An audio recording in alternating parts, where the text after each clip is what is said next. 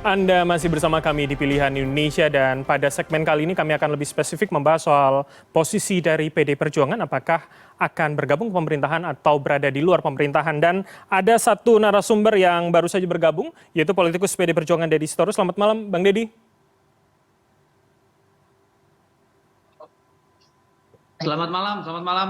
Baik, terima kasih sudah bergabung. Jadi langsung saja saya ingin menanyakan, jadi kalau kemarin Bang Ahmad Basara mengatakan Rakernas akan cukup menentukan, hasil PTUN akan cukup menentukan, begitu sikap dari partai, ini memang akan seberpengaruh itu, atau jangan-jangan dari sekarang kita sudah bisa membaca begitu, positioning PDIP akan di mana Bang? Belum lah, karena belum pernah kita bicarakan ya. Hmm. Di tingkat pengurus pusat, apalagi bersama ketua umum itu belum pernah didiskusikan. Karena sampai kemarin kita masih sibuk dengan sengketa hasil pemilu di Mahkamah Konstitusi, ya. Jadi nanti saya kira pada waktunya itu akan dibicarakan. Karena selain sengketa hasil pemilu, kita juga akan melakukan upaya-upaya lain yang masih terus dipadatkan gitu ya oleh pimpinan partai. Jadi terlalu pagi kalau untuk bicara apakah akan di dalam atau di luar pemerintahan. Oke, tapi kalau saya boleh mengutip apa yang dikatakan Pak Ganjar gitu beberapa hari lalu, termasuk Pak Komarudin Watubun mengatakan kecenderungannya kalau melihat sikap Bu Mega itu bisa jadi di luar. Memang seperti itukah kemudian vibes-nya begitu Bang Deddy? Saya kira kalau bukan hanya menurut Mas Ganjar ya, kalau melihat rekam jejak Ibu Mega, kalau melihat cara berpikir Ibu Mega, beliau kan selalu berupaya untuk menegakkan ideologi partai dan demokrasi yang sehat. Itu kita buktikan pada tahun 2009 dan 2004 dan 2009. Karena bagi kita berada di dalam dan di luar pemerintahan itu kan cuma pilihan posisi, tapi sikap kita terhadap bangsa, terhadap pembangunan, terhadap keadilan saya kira tetap sama. Jadi kalau melihat dari situ, dari satu unsur itu saja memang orang bisa menginterpretasi bahwa lebih besar peluang bagi PDI Perjuangan untuk berada di luar pemerintahan. Oke. Bang Deddy, berarti maksud Anda bisa jadi tetap dalam pemerintahan, yang penting kritis begitu maksudnya? Saya tidak bisa mengatakan seperti itu. Tadi saya katakan bahwa kalau melihat kecenderungan secara historis, secara psikologis, dan secara ideologis, maka besar kemungkinan akan berada di luar pemerintahan. Tetapi sikap resmi partai kan belum pernah didiskusikan secara mendalam dan belum bersifat final gitu. Karena dari kemarin kan kita masih ngurus soal sengketa di Mahkamah Konstitusi. Dan kita juga masih menunggu perkembangan gugatan PT UN yang kita masukkan pada tanggal 2 April kemarin sebelum sengketa di Mahkamah Konstitusi. Baik. Dan kita juga masih membahas bagaimana peluang, timing atau momentum untuk hak angket. Jadi masih banyak langkah-langkah politik yang kita lakukan.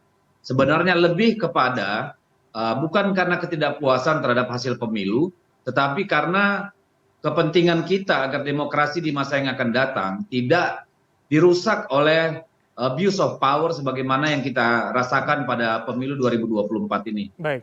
Oke, saya ke Mas Toto terlebih dahulu. Mas Toto, ini saya minta analisa Anda kalau begitu. Jadi kalau tadi Bang Deddy mengatakan kecenderungan memang ada, tapi bisa jadi tidak seperti itu, mana yang lebih memungkinkan posibilitasnya begitu, dan variabel apa yang nanti akan menentukan begitu, Mas?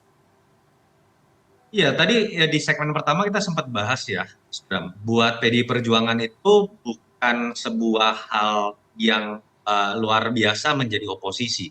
Dan memang, dan bahkan konsisten sekali zaman Pak SBY. Dan memang kalau kita lihat logika atau cara berpikir Ibu Mega yang sangat taat ya dengan logika sistem bernegara misalnya, kalau sudah kalah ya jadi oposisi, kira-kira seperti itu. Tetapi ada catatan sebetulnya secara empiris. Bagaimana membaca, mencoba menganalisis atau menerka ya pola pikir Ibu Mega.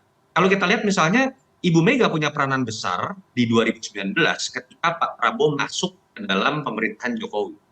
Kalau kita ingat seminggu sebelum peristiwa MRT bertemunya Pak Jokowi dengan Pak Prabowo, sebelumnya Pak Prabowo itu datang ke Teguh Umar dan orang sudah bisa menerka tuh awal mula dari akan masuknya Pak Prabowo. Artinya Ibu Mega tidak mengharamkan situasi bahwa orang yang kalah dalam pilpres kemudian bisa masuk ke dalam barisan pemerintahan. Oke. Variabel kedua yang bisa menjadi gray area juga adalah kita tahu hubungan Ibu Mega dengan Pak Prabowo baik-baik saja. Kalau kita lihat statement keras Bang Deddy, statement keras Mas Hasto, ditujukan itu lebih kepada Pak Jokowi dalam konteks misalnya pelanggaran kode etik dan permasalahan internal di PDI Perjuangan misalnya. Tetapi saya pikir sangat menghormati apa yang jadi pilihan politik Pak Prabowo, termasuk ketika Pak Prabowo menang. Gitu ya. Jadi pada titik itu bukan tidak mungkin akan ada komunikasi yang sangat mungkin terbuka antara pribadi Ibu Mega dengan Pak Prabowo. Jadi memang kalau hanya membaca dari track record Ibu Mega, saya pikir peluang untuk kemudian masuk, untuk kemudian di luar koalisi pemerintahan terlihat lebih besar. Tapi ada dua wilayah abu-abu tadi yang bukan tidak mungkin di dalam politik itu bisa menjadi sebuah hal yang dinamis. Terakhir, yang kalau kita lihat dalam framing rekonsiliasi ya, rekonsiliasi yang sesungguhnya itu di mata publik, kalau terjadi sebuah kesepakatan kerjasama antara Pak Prabowo dengan Ibu Mega, dalam konteks itu orang mungkin melihat juga artinya Pak Prabowo berhasil menjadi jembatan antara Ibu Mega atau PDI Perjuangan dengan Pak Jokowi yang suatu tidak ada di dalam barisan 02. Itu yang menurut saya menarik. Oke. Sebelum jauh ke soal jembatan, saya akan tanyakan itu nanti. Tapi saya ingin konfirmasi dulu ke Bang Deddy. Ini menjadi logika yang menarik begitu. Apalagi logika poin kedua adalah kemudian serangan yang selama ini kemudian disampaikan oleh PDIP itu hanya ke seorang Jokowi, tapi kepada Prabowo ini kemudian tidak. Track record hubungan Prabowo Mega ini juga cukup baik. Jadi mungkin itu, Bang Deddy. Ya, saya kira kan kalau soal kontestasi pemilu kan kita terbiasa menghadapi itu. Itu sebuah sistem regenerasi kepemimpinan, rekrutmen kepemimpinan yang memang harus dilakukan. Yang menjadi persoalan kita kemarin kan ketika ada cawe-cawe kekuasaan yang menggunakan instrumen-instrumen sumber daya kenegaraan, sumber daya kekuasaan untuk mempengaruhi hasil pemilu. Jadi kita tidak pernah merasa bermasalah dengan kandidat-kandidat lain, apakah itu 01 atau 02. Yang selalu menjadi titik tekan kita karena dampaknya sangat buruk bagi demokrasi adalah bagaimana seorang presiden ya mengorkestrasi sebuah gerakan atau sebuah manuver politik yang komprehensif yang merusak sendi-sendi demokrasi kita. Itu yang selalu menjadi persoalan bagi kita. Jadi kalau dengan Pak Prabowo ya terus terang seperti yang dikatakan oleh Mas Toto tadi tidak pernah ada masalah. Bahkan usulan untuk Pak Prabowo masuk ke kabinet Pak Jokowi periode kedua tahun 2019 itu datang dari internal PDI Perjuangan, bukan dari Pak Jokowi setahu saya. Jadi kemungkinan untuk berkomunikasi dan juga untuk rekonsiliasi, kalau saya pinjam bahasanya Mas Toto, itu sangat memungkinkan ya, seorang Prabowo dan Megawati begitu? Ya, mereka tidak perlu berrekonsiliasi karena tidak pernah ada konflik di antara mereka. Perbedaan posisi itu kan karena memang prosedur pemilu ya yang mengharuskan kita berkontestasi secara politik. Menang kalah itu kan hal yang lumrah begitu ya. Jadi saya rasa tidak tepat dikatakan rekonsiliasi. Rekonsiliasi itu kan konflik. Maka perlu ada namanya rekonsiliasi. Tetapi kalau soal komunikasi saya kira hingga hari ini ya itu tidak pernah ada masalah. Tetapi memang bertemu secara langsung tidak, karena implikasi politiknya itu bisa kemana-mana. Tetapi kalau saya pribadi ingin mengatakan bahwa kita masih dalam titik di mana kita ingin menunjukkan kepada publik bahwa kemarin pemilu kita itu sangat bermasalah. Pemilu kita tidak baik-baik saja. Dan itu kami lakukan bukan karena kalah, tetapi kami tidak mau masa depan demokrasi kita itu jatuh ke dalam perilaku kekuasaan yang lebih buruk di masa yang akan datang. Bang Deddy, kalau begitu pertanyaannya, kalau memang hanya soal waktu saja Anda mengatakan kalau bertemu sekarang ada implikasi politiknya, maka jika suatu ketika bertemu dan akan menjadi satu PDIP dan juga Gerindra dan Prabowo begitu, akankah ini kemudian serta-merta juga menjadi jembatan antara hubungan yang kembali membaik, kembali menghangat antara PDIP dan juga Jokowi begitu? Bagaimana Bang? Kalau dengan Jokowi saya kira tidak ada jalan kembali ya. No turning point lagi kalau buat Pak Jokowi. Bagi kami Jokowi sudah masa lalu. Dia bukan lagi bagian dari masa depan PDI Perjuangan gitu. Game over lah kalau untuk Pak Jokowi kalau menurut saya. Jadi tidak akan mungkin ada jembatan begitu, tidak mungkin ya Bang Deddy? tidak ada kebaikan yang bisa kita dapatkan dengan menerima kembali Jokowi kalau menurut saya. Oke. Karena yang dia berikan kepada negara ini, kepada PDI Perjuangan adalah hal-hal yang buruk. Apa alasan moral dan etis kita untuk berbaik kembali dengan Jokowi? Saya kira tidak ada. Jadi dan tidak perlu gitu ya. Saya kira sangat sangat tidak mungkin lah buat kita, karena itu dibuktikan di akar rumput ketika muncul isu Pak Jokowi ingin bertemu dengan Ibu Mega melalui menteri gitu ya. Itu ditanyakan oleh sekjen kepada akar rumput kita.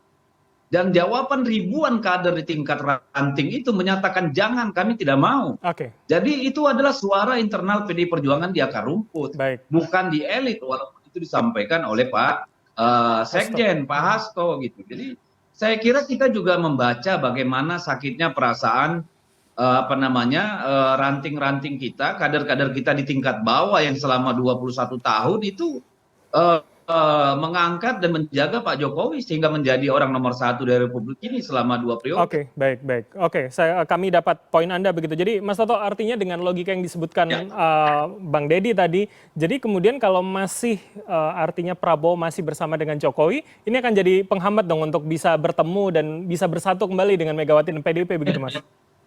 Begini, itu kemudian bisa langsung disimpulkan menjadi sebuah kesimpulan bahwa PDI Perjuangan tidak akan masuk dalam koalisi pemerintahan kalau presidennya namanya Jokowi. Oke. Kalau presidennya namanya Gibran. Tapi ini presidennya namanya Prabowo. Pemegang kontrak politik dalam sistem presidensial itu hanya presiden. Wakil presiden yang kita anggap adalah representasi Pak Jokowi itu bukan pemegang kontrak politik utama. Jadi saya melihat tetap ada wilayah abu-abu yang kemudian bisa diartikan bahwa itu sangat mungkin terjadi. Bahasa Bang Deddy tadi bahwa tidak mungkin bertemu sudah selesai, game over itu kan buat Pak Jokowi, tanda kutip misalnya katakanlah di sini dalam konteks ini adalah Mas Gibran. Dalam dua konteks, satu dalam konteks ketika berbicara mengenai internal PDI Perjuangan, yang kedua dalam konteks misalnya berbicara mengenai kesepakatan untuk bernegara bersama-sama. Kontrak politik dalam presidensial itu dengan presiden, bukan dengan wakil presiden. Oke. Dan kita bisa melihat juga, saya tetap melihat ada statement yang agak bertambah ya. Kalau kita lihat Mas Hasto, Bang Deddy cukup keras dalam statement tentang koalisi dan oposisi, sementara teman-teman beberapa teman PDI Perjuangan yang lain cenderung lebih moderat. Jadi kalau saya melihat waktunya masih lama. Saya selalu mengatakan belum babak pertama kalau kita bicara sepak bola, dan biasanya serangan-serangan atau manuver gencar itu malah terjadinya itu di menit-menit terakhir. Jadi memang sulit untuk membaca apa yang akan terjadi dalam bulan April, bulan Mei, bulan Juni, tapi mungkin di 3 bulan berikutnya kita baru akan melihat sebuah dinamisasi yang berbeda. Oke, jelang pelantikan begitu ya. Terakhir kepada Bang Deddy, jadi kalau dengan logika itu masih mungkin untuk bisa bergabung dan bertemu begitu Bang Deddy, dengan kemudian masih ada Pak Jokowi, ada Mas Gibran di kabinet tersebut? Gimana, sorry? Kalau dengan logika Mas Toto tadi, kemudian ketika presidennya bukan seorang Jokowi, meski ada Mas Gibran di sana, apakah kemudian PDIP, Bu Mega ini bisa bertemu dan bersatu kembali dengan Gerindra dan juga Pak Prabowo begitu, Bang Deddy?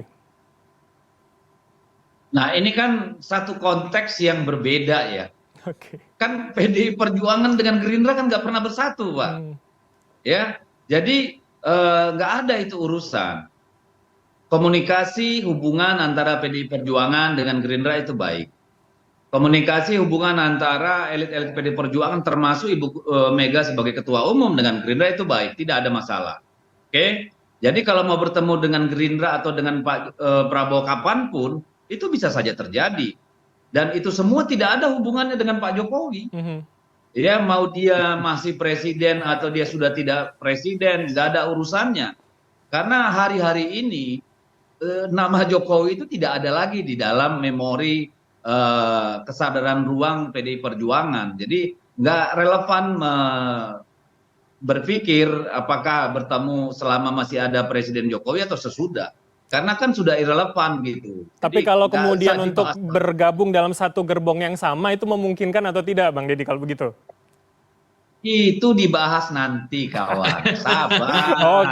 Oke, baik. Ini abu-abunya. Abu-abu. Itu namanya otak-atik gato, gitu ya. Tadi kan saya sudah bilang soal posisi PDI Perjuangan, apakah di dalam atau di luar pemerintahan belum pernah dibicarakan secara resmi di internal partai karena kita masih menghargai kemarin proses di Mahkamah Konstitusi. Baik. Dan hari ini kita masih ada proses lain yang sedang berjalan di PT UN. Itu bukan menggugat hasil pemilu tetapi menggugat KPU ya atas putusannya yang melaksanakan undang-undang dengan cara melanggar undang-undang kan gitu nih, melanggar peraturannya sendiri.